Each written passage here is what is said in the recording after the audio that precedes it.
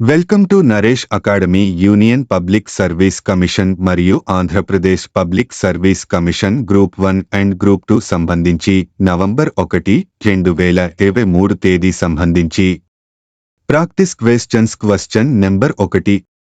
ఇటీవల తేనెపసుపు టోపీతో ఒక చిన్న పెళుసుగా కనిపించే పుట్టగొడుగు ప్రధానంగా ఇందులో కనుగొనబడింది. 1 పశ్చిమ కనుమలు, 2 తూర్పు హిమాలయాలు, 3 పశ్చిమ హిమాలయాలు, 4 అండమాన్ మరియు నికోబార్ దీవులు. జవాబు 1. వివరణ: పశ్చిమ కనుమలలో కనిపించే కొత్త పుట్టగొడుగు జాతికి దాని పైలస్ లేదా టోపీపై ఉన్న తెల్లటి ఉన్ని స్కేల్ లాంటి నిర్మాణాల కోసం కాండాలియోమైసెస్ ఆల్బోస్వామోసస్ అని పేరు పెట్టారు. Question number 2. ఫోటోకాపీ ప్రక్రియకు సంబంధించి కింది స్టేట్మెంట్లలో ఏది సరికాది? 1. ఫోటోకాండక్టివ్ ఉపరితలం కాంతికి గురైనప్పుడు ఎలక్ట్రాన్లను ప్రవహిస్తుంది. 2. ఫోటోకాపీలో ఉపయోగించే టోనర్ ధనాత్మకంగా ఛార్జ్ చేయబడుతుంది మరియు ఉపరితలంపై ప్రతికూల ఛార్జ్ ఉన్న చోట స్థిరపడుతుంది. దిగువ ఇచ్చిన కోడ్ని ఉపయోగించి సరైన సమాధానాన్ని ఎంచుకోండి. ఏ కేవలం 1, బి కేవలం 2, సి 1 మరియు 2, డి 1 లేదా 2 కాదు. సమాధానం డి. వివరణ: 2 ప్రకటనలు సరైనవి. Question number 3. వరదల తీవ్రతకు ఒక ప్రాంతం ఈ క్రింది అంశాలలో ఏది దోహదపడుతుంది? 1. ఎత్తైన ప్రదేశం, 2 దట్టమైన అటవీ ప్రాంతం, 3 వేగవంతమైన పట్టణీకరణ, 4 తక్కువ వార్షిక వర్షపాతం. జవాబు 3. వివరణ: వేగవంతమైన పట్టణీకరణ రోడ్లు మరియు భవనాలు వంటి మరింత చొరబడని ఉపరితలాల అభివృద్ధికి దారితీస్తుంది. ఇది వర్షపు నీటిని గ్రహించగల భూమిని తగ్గిస్తుంది. ఇది వరదల ప్రమాదాన్ని పెంచుతుంది. Question number 4. Asia Pacific economic cooperation ఏపీఈసీకి సంబంధించి కింది స్టేట్మెంట్లను పరిగణించండి. 1. ఏపీఈసీ అనేది 21 సభ్య ఆర్థిక వ్యవస్థలతో ప్రాంతీయ ఆర్థిక వేదిక. 2. ఆసియా పసిఫిక్ ప్రాంతంలో సమతుల్య మరియు సమగ్ర ఆర్థిక వృద్ధిని ప్రోత్సహించడం దీని ప్రాథమిక లక్ష్యం.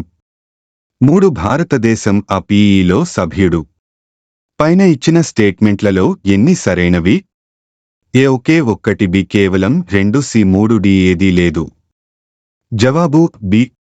వివరణ: ఏపీఈసీ 21 సభ్య ఆర్థిక వ్యవస్థలను కలిగి ఉంది మరియు భారతదేశాన్ని కలిగి ఉండదు.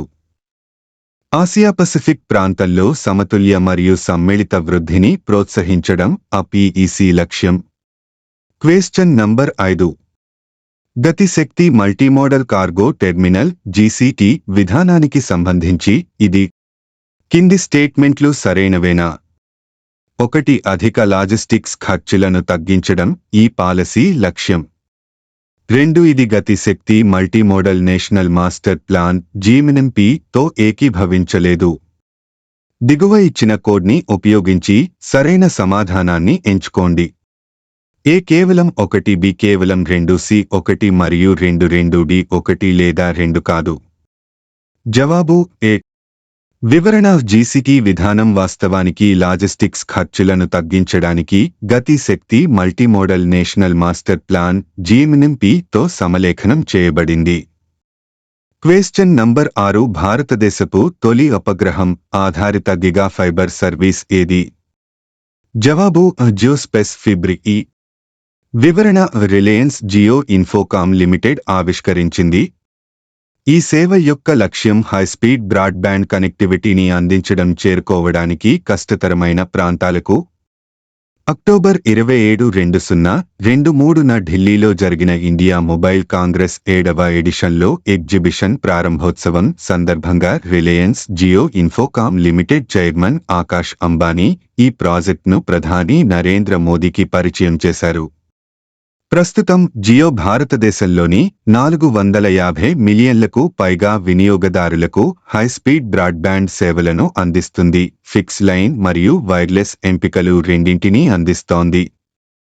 Question number 7. గ్లోబల్ రీసెర్చ్ సంస్థ స్టాటిస్టా నివేదిక ప్రకారం 2023లో ఆర్థిక సాంకేతిక ఫిన్టెక్ యూనికార్న్ల సంఖ్యలో భారతదేశం ప్రపంచవ్యాప్తంగా ఎన్నో స్థానంలో ఉంది? జవాబు 3వ స్థానంలో. వివరణ: యునైటెడ్ స్టేట్స్ మరియు యునైటెడ్ కింగ్డమ్ వరుసగా మొదటి మరియు 2వ స్థానాల్లో ఉన్నాయి. యునైటెడ్ స్టేట్స్ 134 ఫిన్టెక్ యూనికార్న్లకు నిలయంగా ఉండగా, యునైటెడ్ కింగ్డమ్ 27 ఫిన్టెక్ యూనికార్న్లను కలిగి ఉంది. భారతదేశంలో 17 ఫిన్టెక్ యూనికార్న్లు ఉన్నాయి. క్వశ్చన్ నంబర్ 8 స్ట్రోక్ నివారణ మరియు సకాలంలో చికిత్స గురించి అవగాహన పెంచడానికి ప్రతి సంవత్సరం రోజున ప్రపంచ స్ట్రోక్ డేని జరుపుకుంటారు. జవాబు అక్టోబర్ 29. వివరణ: ఈరోజు 2004లో స్థాపించబడింది. 2023 థీమ్ మేము కలిసి స్ట్రోక్ కంటే greater together we are greater than stroke. Question number 9 ముంబైలో నిర్వహించిన జాగరణ్ ఫిల్మ్ ఫెస్టివల్లో ఉత్తమ డాక్యుమెంటరీ పురస్కారం గెలుచుకున్న ఆండ్రో డ్రీమ్స్కు దర్శకత్వం వహించిన మణిపూర్ మహిళా దర్శకురాలు ఎవరు? జవాబు మీనా లాంగ్జా.